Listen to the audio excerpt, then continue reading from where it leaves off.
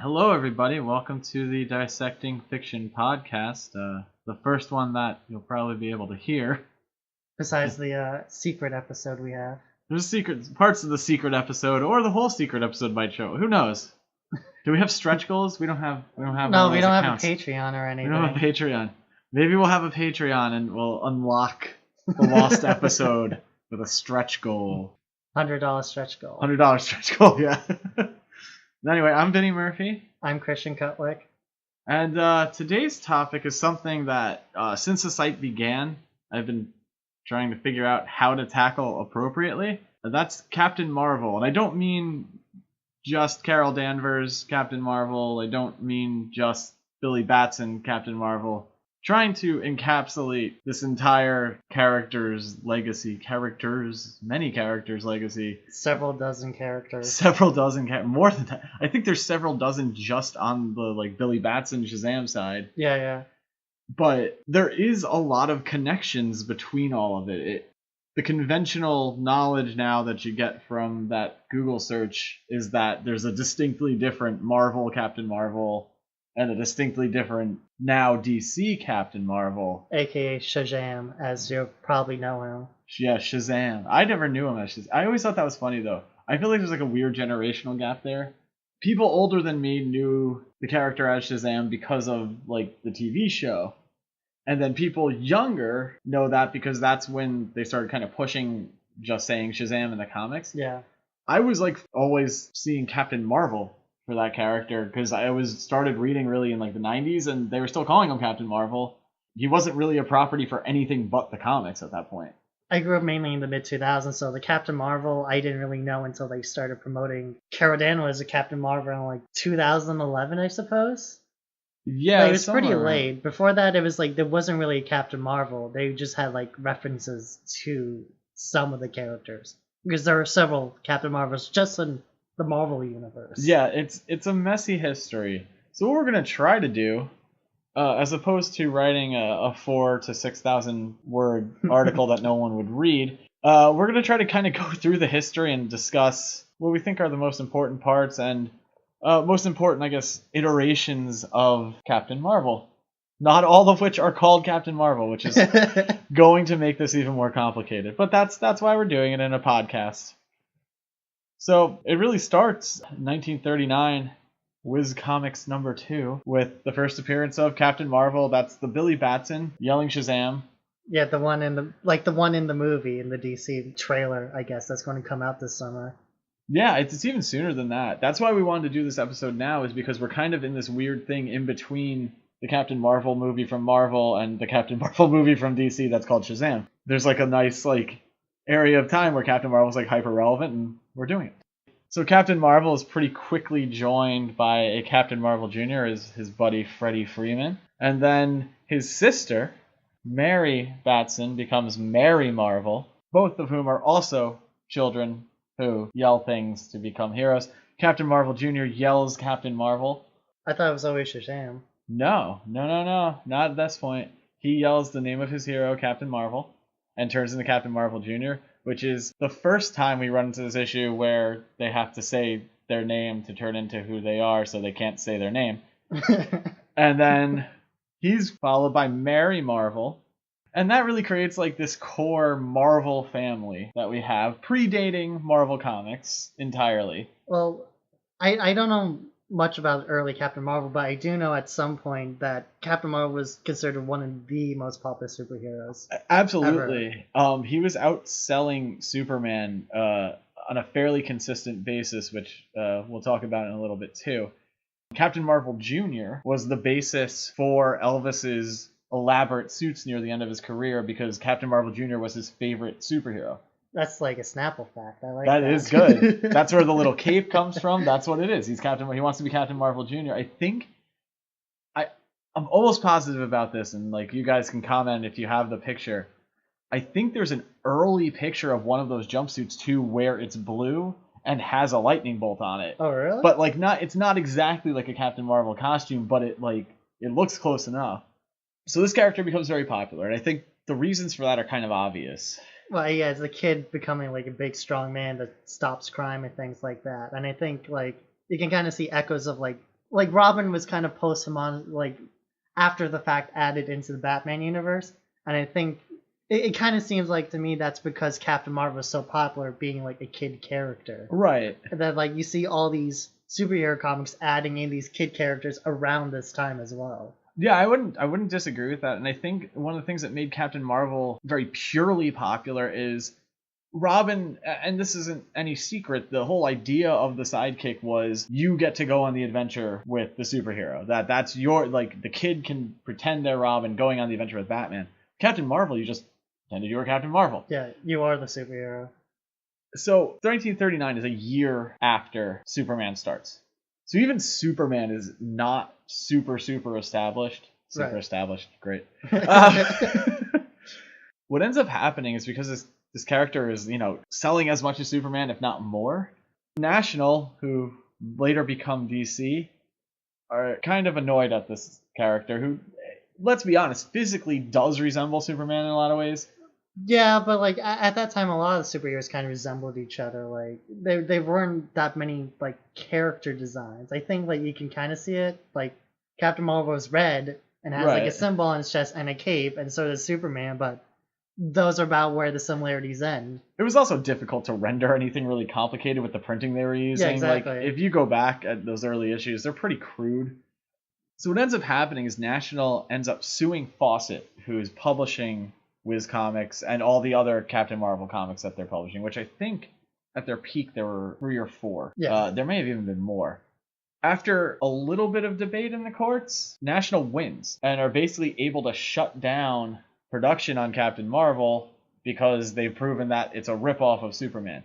I've read like a bunch on this. Apparently it was somewhat of a technicality that they won on, that they just found like an internal document where someone had asked for a Superman-like character, and that's how Oh. they did that. Which is funny because you have to put it in context. Now that would be insane. Like if you said a Superman-like character, no one would be able to sue. DC couldn't sue you. Yeah, that's such like a cultural landmark now. Right. But at the time, we're still pretty new to comics. Like I said, 38 is Superman. This lawsuit's taking place in 53.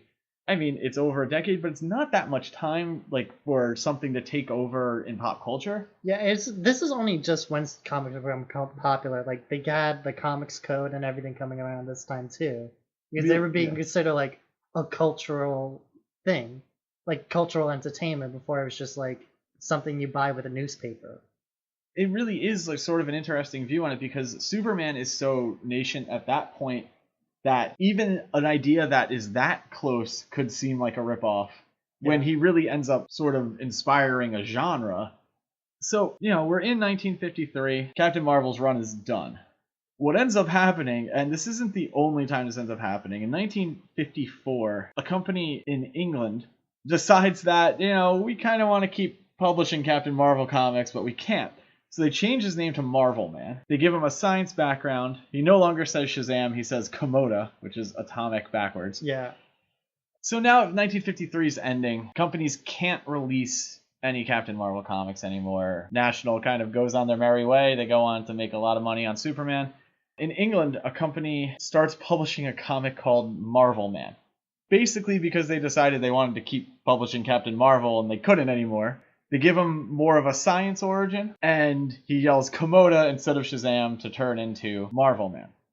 Along with Marvel Man come Kid Marvel Man, who's an analog to Captain Marvel Jr., and Young Marvel Man, who's actually an analog to Mary Marvel, and they decided that they didn't want a female character because they thought it wouldn't sell as well. So they took Mary Marvel and decided it was another junior Marvel Man.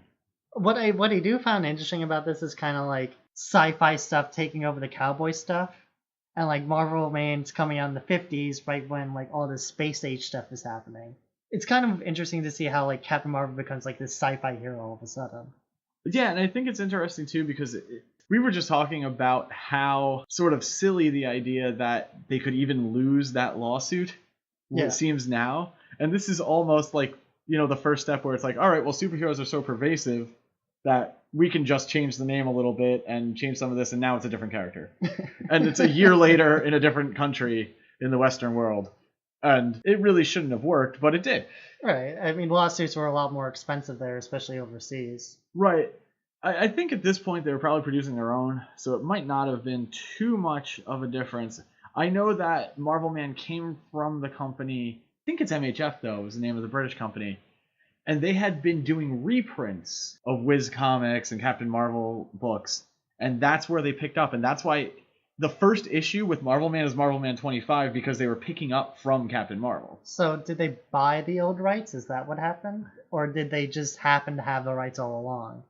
They licensed Captain Marvel and that family of characters, including all these Lieutenant Marvels that we didn't even mention. When the lawsuit went through, they couldn't do Captain Marvel anymore because no one could, so they just called him Marvel Man and kept doing Captain Marvel. Oh, that's creative. That's kind of like what happened with Transformers, weirdly enough. Yeah, that is funny. No, it is similar. So in 1966, and this is a huge one that a lot of people miss in the history of this, a very small comic company called MF Publications publishes a Captain Marvel comic because the rights are up, because they can publish a comic with the name Captain Marvel on it and get the trademark. They create a character who's like a robot secret agent pretending to be a scientist, and when he yells split, his entire body breaks apart and he can like hit bad guys, and then he says Zam and his body comes back together. It didn't sell. This is the best part. He also has a teen sidekick named, get this, Billy Baxton. So this book does not last long. There is a popular slight myth that Stan Lee was the first to realize that the trademark was up. Apparently, from what I've read recently, that's not true. They knew about that Captain Marvel book at Marvel. Well, this is when Marvel was just coming up, too. Marvel's, a few years into being popular. You have Spider-Man already established. Yeah. So this is 67 we're in now.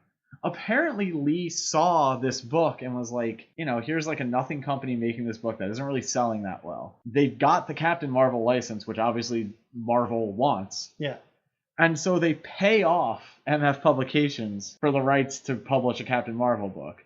And they take over the trademark, and that's when, in 1967, Captain Marvel for Marvel Comics first exists. Captain Mar-Vell of the Kree Empire, a hero, a military hero, which I thought is kind of cool in one way because it's the first time where, they called Captain Marvel and his Lieutenant Marvels, by, rank. But here he's actually a captain. He's an actual captain. Well, yeah, this is kind of they're synthesizing a lot of different things here. And, even back in the 60s, Marvel was buying out other trademarks and everything. Right. Well, they were trying to... And it wasn't a bad idea. That's where, Wonder Man comes out of that. I mean, the company's called Marvel. You want to be able to have, a Captain Marvel. Right. So you get into, 68, and they introduce Carol Danvers, who, is going to become Captain Marvel later. At this point, she's basically a love interest to Mar-Vell, who's Captain Marvel. And she gets caught in, kind of an accident. Yeah, that was kind of retconned recently. We'll get into that. Yeah, slightly retconned. You can get into that because I mentioned a little bit in the article that we have up on the site for the movie, but you probably have more grasp of that because to be honest, I kind of ignore it. Oh, the Kelly Sue stuff? That's the modern stuff. Yeah, I just don't know. I haven't read those origins. That was not what I was introduced to. So I still see this as how Carol Danvers came about and all that. Yeah. So we're still decades off from her even being a superhero at this point. Don't worry, folks. This is not the end of the show. So Carol Danvers is introduced, like you said, kind of whatever. Not a big deal. And you're probably thinking all right, you were saying this whole connection between the characters and all these things. Right now, the Captain Marvel we're talking about at Marvel, who in 1967 and 1968 is the only Captain Marvel that's being published. At this point, he was also kind of a weird Green Lantern analogy. He was working on the army base as a pilot and everything. Right. It's extremely distant from Captain Marvel, Shazam, Billy Batson turns into a guy. But hold on, because that changes in 1969. Captain Marvel gets cast into the negative zone. And Rick Jones, who is from the Hulk, Rick Jones, who's a teenager, a wacky 60s teenager, he ends up with these things called the Negabands. And what do the Negabands do? When he smacks them together, he switches places with Captain Marvel. So now we have a teenager transforming into an adult superhero named Captain Marvel. But he's not using magic yet. This is still like very science heavy. Yeah, and it's that, your sort of traditional Marvel pseudoscience of like, he's in the negative zone, aliens, we summon him with energies. Yeah, Twilight Zone stuff, like very abstract. Don't worry about it. It just works. Don't think about it too hard. And this goes on for a couple of years. I know there's a couple of points where Rick needs the Nega Bands and then he doesn't, and then he does again. There's kind of a back and forth with that. Well, it's also like Marvel needed to keep publishing these books as well, because I know they weren't super popular, but they needed to at least publish a title every 2 years. Right. So he was kind of like an on-again, off-again character. He wasn't like a mainstay character at this point. And I think that's an important thing to bring out, too, is while the C.C. Beck, Bill Parker, 1939 Captain Marvel was this powerhouse, like this huge character, like unstoppable force, the Marvel Captain Marvel never really was. No. He had abilities as it went on, like... he was mid-tier. He was probably as strong as, like, Iron Man. If that, just sort of like an energy wielder later on, and, could fly and stuff, but not a huge... threat, but a character who had very specific origins and was used in stories like that. So we're rolling through time here. 1972 hits. DC, who was National Comics, Comics, way back in 1953, when National sued, they then became DC Comics. They become DC Comics, and they decide, and how legal things work is beyond me. Like, just law is a lot. In 1972, they license the original Captain Marvel from Fawcett, who still exists in some form, so they can publish Captain Marvel stories themselves. But they have to change the name. Well, that's what ends up happening is I think it might only be the first issue. It could be maybe the first 2 or 3, but I think it's only the first. So initially, they do write on the cover, Shazam, the original Captain Marvel. Marvel is like, you can't do that. Even though they can call the character Captain Marvel because that's his name.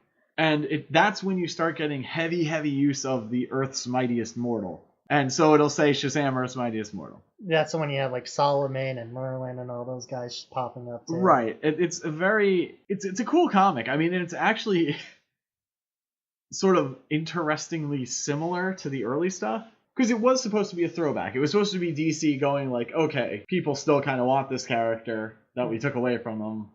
Now we're going to give it back to them on our own terms. Yeah. Which is what they do. The cover of the first issue has Superman introducing Captain Marvel, which is pretty hysterical.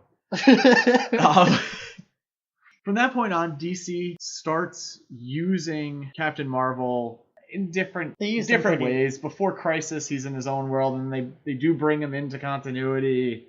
But he was pretty sparsely used, He's pretty sparsely used, and he's not too much of a major character at this point. We'll get back to that, where like that starts to shift a little bit. So, like I said, rolling on, time just keeps on moving. It's pretty quiet now. Like, both Captain Marvels are kind of popping in and out of comics. They're not really relevant. They have fans, but they're not like the core characters people know them as now. 1977, Carol Danvers, who was sort of this love interest, like cast off a little bit character. You find out that in this accident that she had years before in the comics, that she gained powers. And as a tribute to Captain Marvel, she names herself Ms. Marvel. That's the MS period. And this book was designed with the complete intention of being progressive. It was supposed to be, like pro-feminist, like that was the concept behind it. And that, that's why they went with the Ms. So the character, once again, kind of, interesting book, but mid-level, not anything super powerful. Well, they do introduce some new stuff to her. Like, I do remember this kind of when her alcoholism kind of comes into play. Right. Because that's like, I don't think that'll be in like the movies. It's never really referenced anymore, even in the comics. Quite frankly, they didn't reference it for Iron Man, which is a little insane.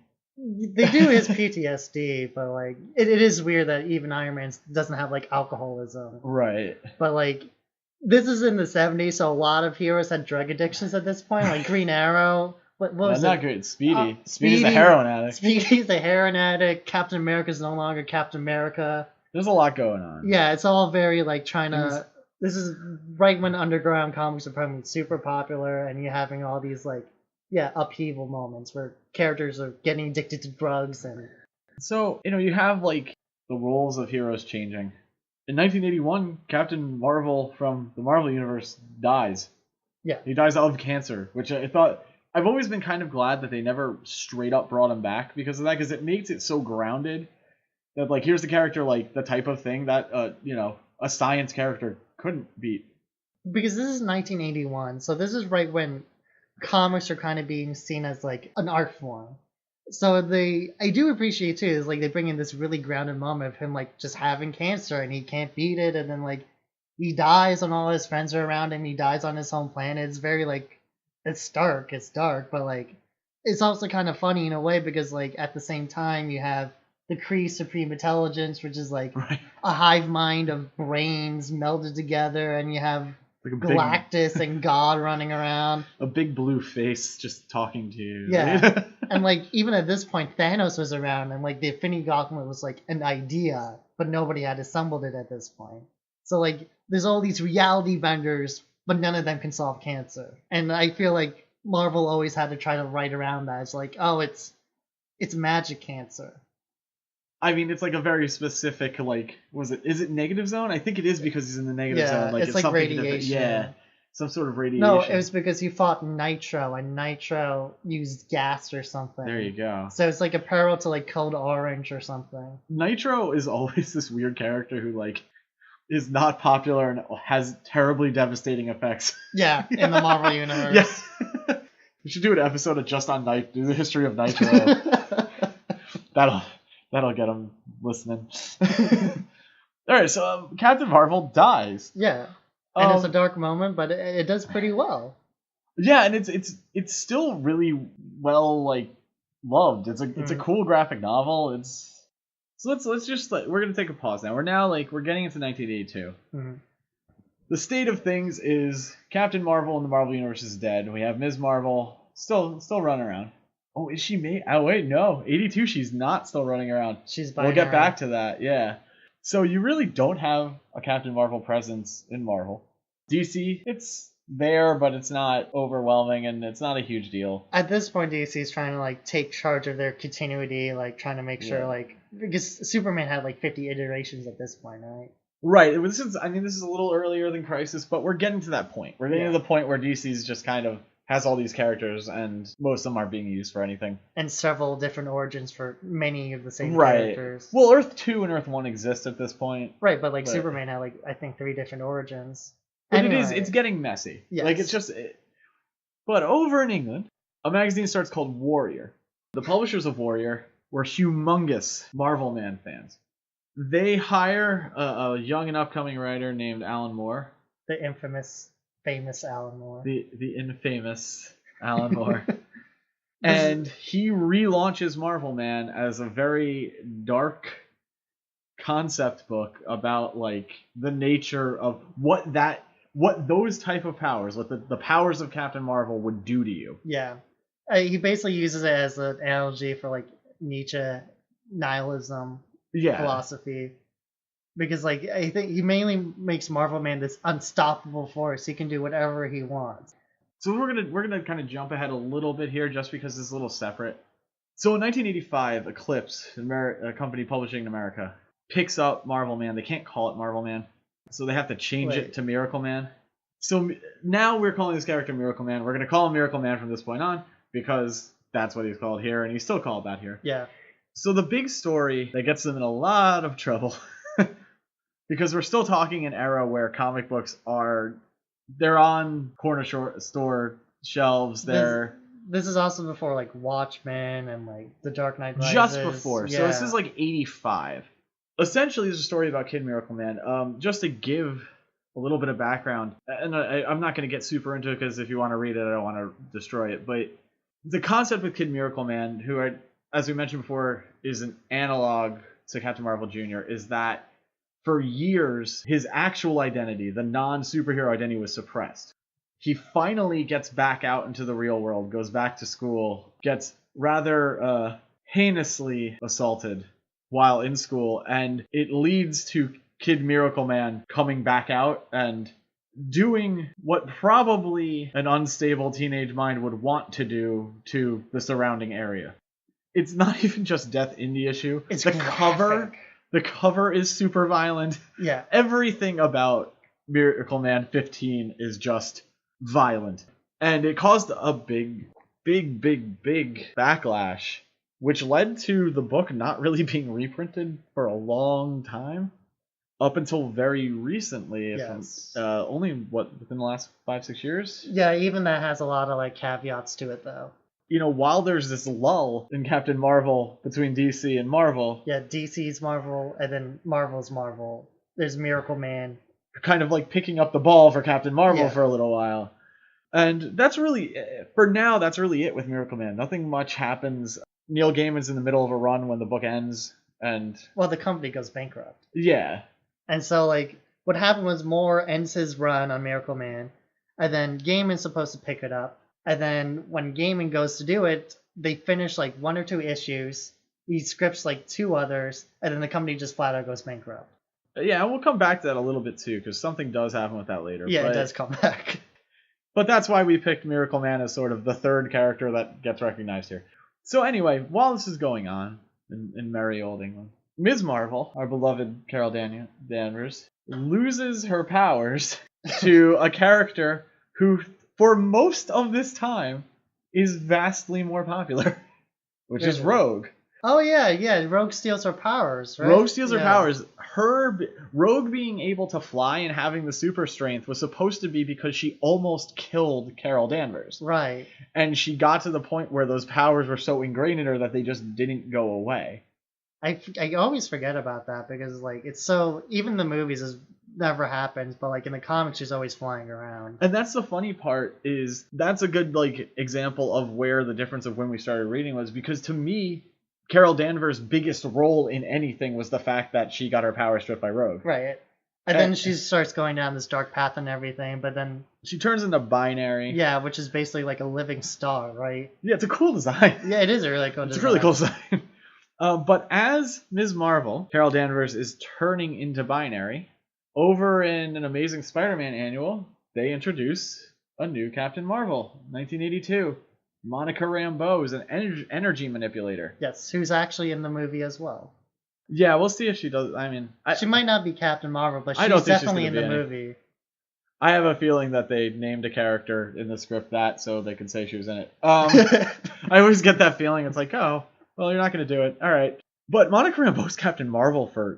a very long time. Yeah, I think she... When did she lose her powers? She never lost them. Oh, that's right. She doesn't lose her powers. She's just Captain Marvel. There might be I think there is a point where she loses her powers, though. Yeah, but it's not to Carol Danvers or anything. They just go away, and then like she's part of Next Wave. She kind of like shows up in the background as like a very obscure character most of the time. But what's funny about that is she wasn't like totally obscure. They were giving that character a big push. Right. She was leader of the Avengers. She did all sorts of stuff. There was all sorts of moments in that run, where Captain Marvel was supposed to be like super significant. Just never like caught on. Yeah, and then also at this point we're getting into like Marvel's sons are showing up and like right, Genus. There's all these like weird things popping up, like the whole extended Marvel family and the Kree Empire and things like that. So you have like, as you're saying, you have this sort of shake up on the Marvel side. While once again over at DC they're not really doing much at this point. You get Sharon Ventura becomes the second Ms. Marvel. Briefly until she turns into She-Thing. That's like a 2-year. She's Ms. Marvel, I think, for actively like a year or so. Yeah. Then she turns into She-Thing and still remains a very disgruntled character. She appeared in Allard's like FF run briefly. Yeah, and she was also in the Robinson run that was after that. And then I think it's Genus first shows up in like 88 actually, somewhere in there as Legacy. He shows up as their son, I think, and then like he tries to steal the powers back, but then he becomes a good guy, then he becomes like a bad guy again. He's very off and on. He's in the Dark Avengers like in the mid 2000s. That's not him. That's Novar. Oh, Navarre. Yeah. Oh. This is why it gets so complicated. This is what we're getting into now. I mean, that's actually a good example of what starts to happen. So Genus becomes Captain Marvel in 1995. Yeah. In a pretty underwhelming run. Yeah, Monica's no longer Captain Marvel at this point. Monica's no longer Captain Marvel. She's now Photon, if I'm correct. Yeah. There's a couple of different names in there. Photon's the one that she's usually is if she's not Captain Marvel. Eventually, though, Genus gets a cool book and rebonds with Rick Jones, because I think Genus gets stuck in the microverse. That's the early 2000s run, right? Yeah, as it's going into that. He's now switching back and forth places with Rick Jones, but he doesn't get along with Rick Jones. And it's actually, I really like that run. It has my favorite Captain Marvel story, which I wrote about on the site. It's called Crazy Like a Fox in that run. Oh. Where Genus becomes cosmically aware and can pretty much manipulate reality. Oh, that's really cool. And he ends up making himself a sister instead of bringing back his father. That's very Scarlet Witch. But Genus is so bad at this that his sister ends up against him and briefly becomes Captain Marvel. But I almost I have her on the list here. 2004, Phyla-Vell. His sister, you get it? Genus and Phyla. When he altered reality, screwed up. It's a great story. You got to read it. It's really good. And then Phyla survives. Phyla comes out of this, and she doesn't survive forever, but she survives that ordeal. Yeah, and she joins the Guardians of the Galaxy. Eventually, yeah. In that run that inspired the movie. And then at the same time, you have Binary become Warbird. Right. Binary. Carol's powers die out or something. I can't remember the exact explanation. Well, she basically becomes Ms. Marvel again. Well, but right. It's worse. She's just called Warbird. Yeah. But she has the old black costume with the Thunderbolt on it. And I think that was intentional. I think they were kind of trying to distance her from the mess that the Captain Marvel stuff had become in a way. Yeah, and then there's one other thing. At the same time, in the early 2000s, the editor-in-chief of Marvel had a contest for Captain Marvel. Do you know what I'm getting at? Tell me. It sounds familiar, but I can't. So it also resulted, the whole Captain Marvel brand also resulted in one of the infamously worst comics of all time called Marvel. And this was the editor-in-chief just wanted to write a comic, and originally he held a contest with Captain Marvel. Then he had his own parody comic called Marvel. And the idea was you would vote with your wallet. His comic lost, but he just kept writing it anyway. And then eventually, it's such a weird issue that eventually becomes he just starts printing the script. By the last two issues is just the script, but that's his comic. I have a vague recollection of that, but I'm gonna have to read up on that. Right, and that's going on in between Phyla-Vell and Genesis and Ultimate Captain Marvel. Yeah, is also happening at the same time. So there's a lot of weirdness going on with Captain Marvel, and to add to that, something you had briefly kind of mentioned, you have Dark Avenger show up and Novar, yes, who had been Marvel Boy and later Protector. He becomes the evil Captain Marvel for Dark Avengers. Right, but then he becomes good in Young Avengers. And that's when he becomes Protector, right? No, he's not called Protector. Everyone's just kind of Novar. Yeah, everyone in Young Avengers, everyone's bisexual and they're all just dating each other. It's a very strange. It's an interesting book, but it's very it's strange, and that's also where Miss America first starts to really show up.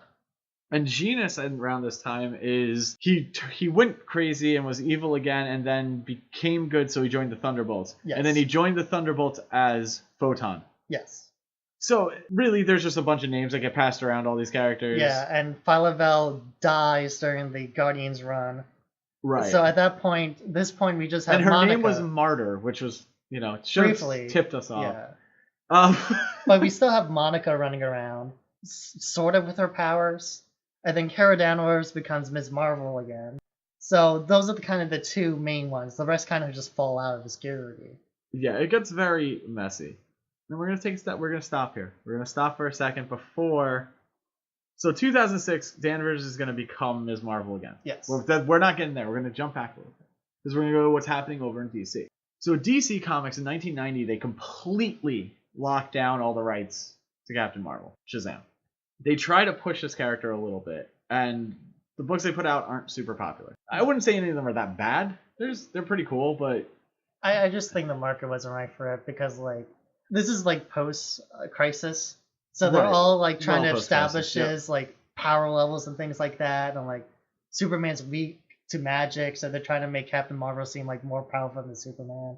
But then there's the thing that comes out of that is insanely popular, and I think is kind of what saves the character, is Kingdom Come, where we get this like dystopian future where Superman has to come back to save the world, and the thing that's the primary weapon of the bad guys is Captain Marvel, who can beat Superman because he is magic and he is that strong. But he's doing it for his own good reasons, because at this point Billy Batson's pretty old. Kingdom Come's a great comic, just read it. And I think that story and that design kind of kept Captain Marvel in the DCU alive.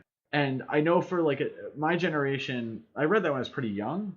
Like, I'm always excited to see Captain Marvel because I know the potential of the character, even though it doesn't seem to get lived up to too often. Well, I think what's interesting, especially when compared with like Superman and Captain Marvel, is like Captain Marvel seems like a kid's like ideal society, and then like Superman's kind of just like an ideal person. We could probably do an entire thing on Kingdom Come if we wanted to. Yeah, Kingdom Come's a great comic. If you want that, let us know. So that's really, I think even by the mid-2000s, even though the Marvel family is getting used more at that point, Mary Marvel becomes like actually kind of popular for a little while. She's in 52. Captain Marvel Jr., he's around, and they do that weird thing where Billy Batson becomes the Wizard. And so Captain Marvel Jr. kind of takes the role of Captain Marvel. All this basically immediately gets like retconned. In a couple of years, yeah, but it's like this interesting little period where the character has power again. Like, the character is something you can use again, but it doesn't seem like anyone knows what to do with it. But now we're going to get into, like, Carol Danvers, after being really successful as Ms. Warbird, becomes Ms. Marvel again in the Warbird costume, which I always thought was funny. And she kind of has this good run as Ms. Marvel, a real power player. This is where you first start to see her kind of power level going up, if you will. Briefly, she's not super powerful, but she's more like she packs more of a punch in everything. Right, like Mighty Avengers, like books like that really like highlight Ms. Marvel as like a powerhouse, like someone that is like a super weapon, like a weapon. Yeah. And so this goes on for a little while. But if you think this is going to remain simple, I assure you it does not. Because in 2009, Marvel buys Miracle Man. Yes, and then this opens a whole new suite of lawsuits. Yeah, there's all sorts of problems because they buy Miracle Man, but Todd McFarlane had bought Miracle Man and couldn't actually get anything published because of how messed up the rights were. Well, yeah, then he was also trying to spy characters from like Neil Gaiman, because Neil Gaiman briefly wrote characters like, at this point we had Angela, who was like a Spawn character that Neil Gaiman technically owned. And then also got bought by Marvel. Yeah, but Todd McFarlane is trying to like sue the rights away from Neil Gaiman, and he's trying to sue the rights away from Miracle Man too. It's very strange. Like, Todd McFarlane, for those that don't know, is the creator of Spawn, and he was a huge guy in the 90s. And then so anyway, Marvel ends up with another Captain Marvel. They end up with Miracle Man and Captain Marvel. And those first couple of years that they own it, they keep saying all this stuff is going to happen, that they're going to do. They're going to finish the Neil Gaiman story. Yeah. They do publish the Grant Morrison story. Yes. In an annual. And they do start reprinting both the 1954 comics and the 1982 comics. Yes, as print collections. Look, I think, the original ones are collections. Well, they put them in those... Actually, the backups on the reprints are the 54 stuff. Credited to the original author as Alan Moore. Because Alan Moore wanted nothing to do with this. He didn't want... I think there was also like a complicated reason. Like, Alan Moore was getting all the money for it, but not the original author. Right. So that's why he said the original author. It's just so he can kind of like donate part of the proceedings he would get. That's interesting. To the guy from the 50s that was originally making all this Miracle Man stuff. I'm sorry, I'm always harsh on Alan Moore no matter what comes up. I just assume that he's being a dick. It was partly that. It was like both just out of spite, but then out of like a genuine like love for like something too. Right. The funny part is I like Alan Moore stuff, and I just... It's hard not to like. It's very good. Bitter. It's very good.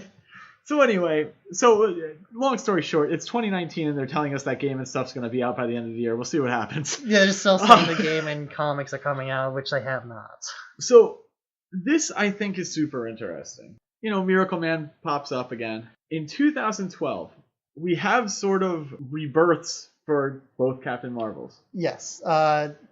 For 2012, for DC side, this was right after New 52, and they were trying to reestablish a canon, and they were bringing in the Shazam family. Right. They do a Captain Marvel, but the focus... 5 orphan kids, right? Yeah, and the focus is on that's now the concept more.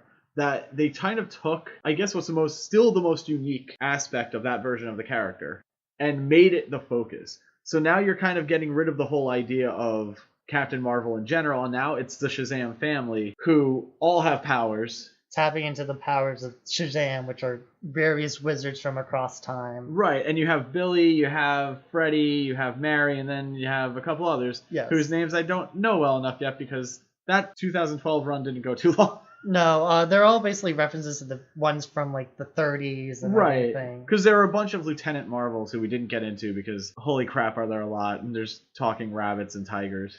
But so it becomes this focus on, I guess, what has to be acknowledged as the most unique element of that version of the character is the idea that it's kids turning into these heroes. Mm-hmm. And the idea of who's named who becomes almost irrelevant in that concept of the story. So it's really sort of a way to get rid of the Captain Marvel label. Doesn't almost all of this get retconned anyway by Rebirth? No, actually, they just relaunched Shazam, and it's pretty close to this. Okay. Yeah, if it's not dead on, it's right there. It's the group of kids all together having the powers, yeah.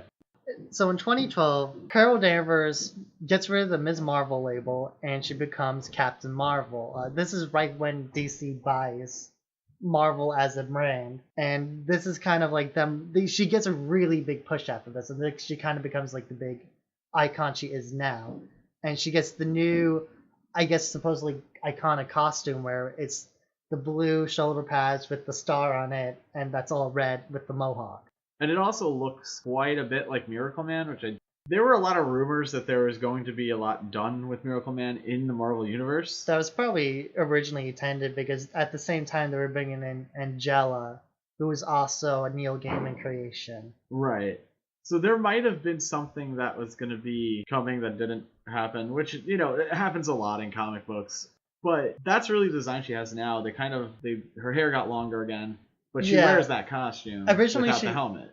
She had a very she had like an undercut with a mohawk going on. Right, and that looked very much like Miracle Woman too, which is an interesting thing. I think there had to be some kind of idea of really combining that Captain Marvel and Miracle Man and kind of unifying all the ideas. Marvel was really big on Miracle Man when they bought it originally, but Kelly Sue DeConnick, she's like a new up-and-coming writer at this point. Right. She's known for writing with Matt Fraction and everything. She gets to take charge of Captain Marvel, and she introduces several new elements of the character, such as her having a pet cat. The cat is an alien in the comics that has shape-shifting powers. She also introduces Captain Marvel as like a legitimate captain in the U.S. Army and everything. Yeah, I think actually Danvers is a major. Major, yeah. Well, she has her own fighter pilot and everything.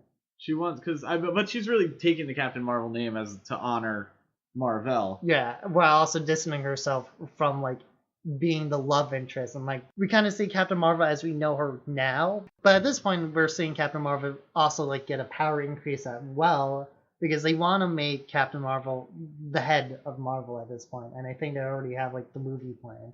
Yeah, and that's something like I tackled in that article that's on the site. Like, they kind of have to.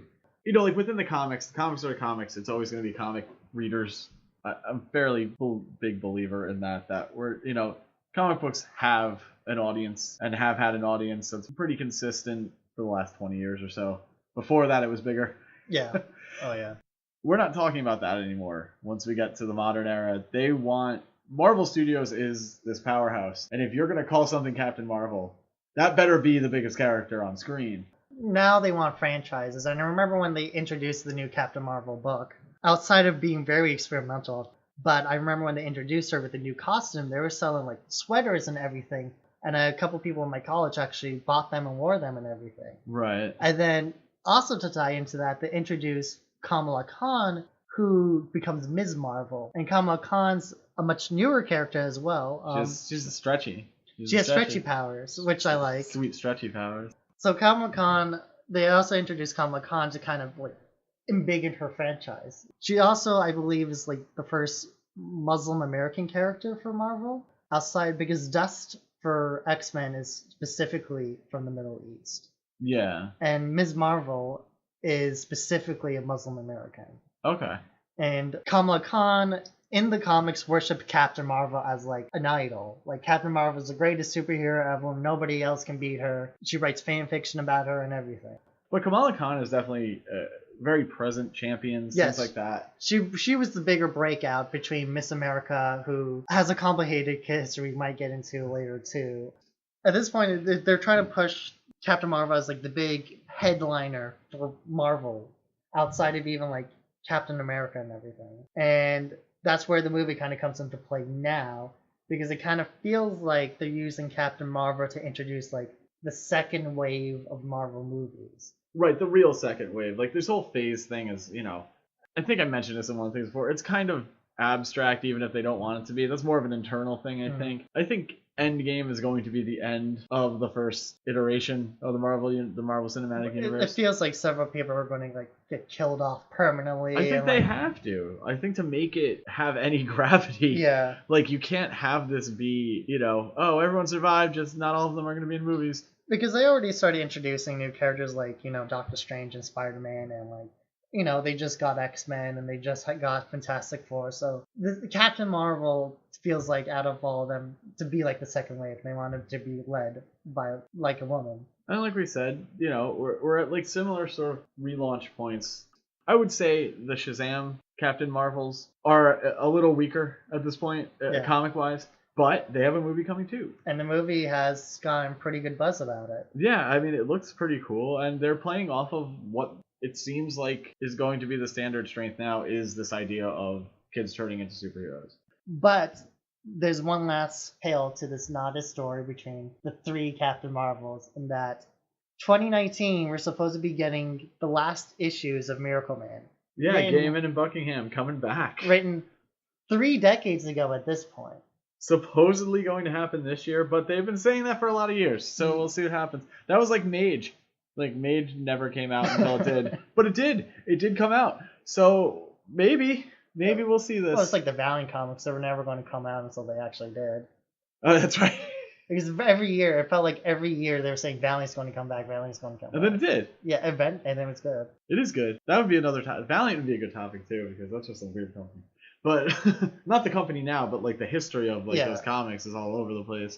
I mean, I think so we covered a lot of the history of Captain Marvel. So we started with one Captain Marvel, and now we have 3. 2 of them are trying to flagship an entire franchise on the reps. The funny part is, like, I don't think that's true with DC. I think we have like 5 well, from that.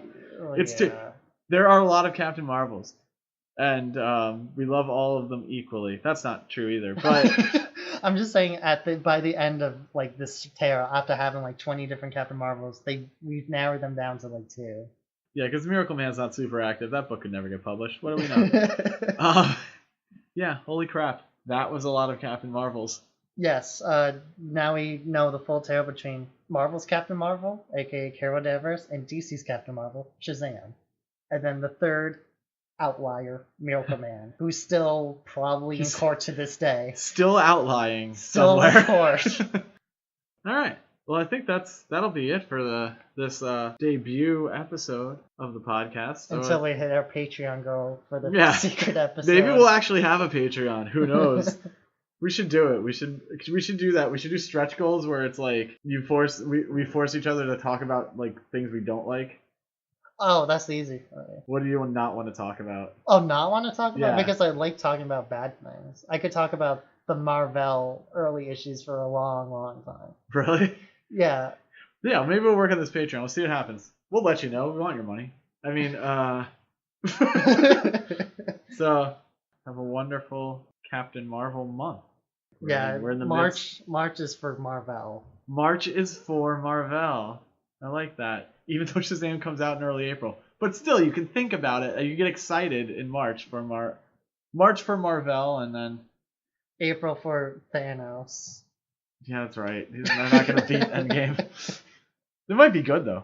Well, isn't a Shazam coming out before Endgame? April 4th, yeah. Yeah, okay. So April 4th. And we should actually... We might have something about that movie a little before April 4th. I don't want to show my hand. Thank you all for listening, and maybe next time we'll have sponsors that we can talk about. Bye.